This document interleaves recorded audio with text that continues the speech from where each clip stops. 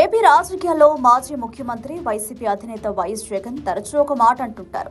అదేంటంటే దేవుడున్నాడు, ఆయన అన్ని చూస్తాడు, సరైన సమయంలో మొట్టికాయలు వేస్తాడు అని. ఈ ఆధ్యాత్మిక ధోరణిని పార్టీ శ్రేణులు మెచ్చుకున్నా రాజకీయాల్లో ఇలా దేవుడిపై భారం వేయడం ఎంతవరకు సమంజసమనే ప్రశ్న ఇప్పుడు వైసీపీలో చర్చనీయాంశమైంది. ఇటీవల బాలకృష్ణ చిరంజీవి ఎపిసోడ్ తర్వాత ఈ చర్చ మరింత వేడెక్కింది. దేవుడిపై భారం వేయడం వలన వైసీపీకి జరిగిన నష్టం ఏంటి, ఆ పార్టీ నేతలు ఇప్పుడు ఏం కోరుకుంటున్నారో అనేది లోతుగా పరిశీలించినప్పుడు గత ఎన్నికల ఓటమి తర్వాత వైసీపీ శ్రేణులు తీవ్ర ఆవేదన వ్యక్తం చేస్తున్నాయి. తమ అధినేత జగన్ పై నిజాల కంటే నిందలే జనంలోకి బలంగా వెళ్లాయని, దానికి సరైన విరుగుడు మంత్రం తమ వద్ద లేకపోయిందని వారంటున్నారు. దీనికి తాము ఇప్పుడు ఫలితాలను అనుభవిస్తున్నామని చెప్తున్నారు.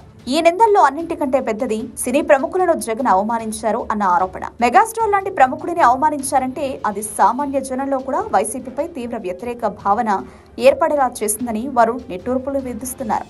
ఈ అతిపెద్ద అభాండం తమపై పడినప్పుడు ఆనాడే సినీ ప్రముఖుల చేత అవమానం జరగలేదు అని చెప్పించే ప్రయత్నం చేయలేకపోవడం వల్లే ఈ నష్టం జరిగిందని వైసీపీ నేతలు అంటున్నారు. అన్ని జనాలకు తెలుసు, పైన దేవుడున్నాడు అన్న అధినాయకత్వ వైఖరి వల్లనే ఎక్కువగా నిందలు మోయాల్సి వచ్చిందని వారు అభిప్రాయపడుతున్నారు. అయితే జగన్ చెప్పినట్లుగానే ఆలస్యంగానైనా నిజం బయటకొచ్చిందని వైసీపీ నేతలు ఇప్పుడు అంటున్నారు. బాలకృష్ణ ఎపిసోడ్ తర్వాత చిరంజీవి స్వయంగా లేఖ విడుదల చేసి తనకు అవమానం జరగలేదని స్పష్టం చేయడంతో తాము ఇన్నాళ్లు మోసిన అతిపెద్ద నింద నుంచి బయటపడ్డామని వైసీపీ భావిస్తోంది. మాజీ మంత్రి పేర్ని నాని కూడా తమ పార్టీ నిందలు మోసిందని, ఇప్పుడు నిజం లోకానికి తెలిసిందని అన్నారు. వైసీపీ శ్రేణుల్లో సోషల్ మీడియాలో దేవుడున్నాడు అంటూనే కర్మ సిద్ధాంతాన్ని గుర్తు చేసుకుంటున్నారు. తాము కష్టాలు పడ్డామని, అనుభవిస్తున్నామని, కానీ చివరికి సత్యమే గెలిచిందని, తమ అధినేత చెప్పినదే జరిగిందని వారు పోస్టులు పెడుతున్నారు. ఈ ఒక్క విషయంలో దేవుడి సిద్ధాంతం ఫలించినప్పటికీ ప్రతిదానికి దేవుడిపైనే భారం వేసి కూర్చుంటే పార్టీ నిందలతోనే భారంగా అడుగులు వేయాల్సి ఉంటుందని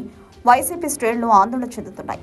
1,00,000 కోట్ల ఆరోపణల విషయంలోనూ వైసీపీ మౌనంగా ఉండిపోయిందని వారు గుర్తు చేస్తున్నారు.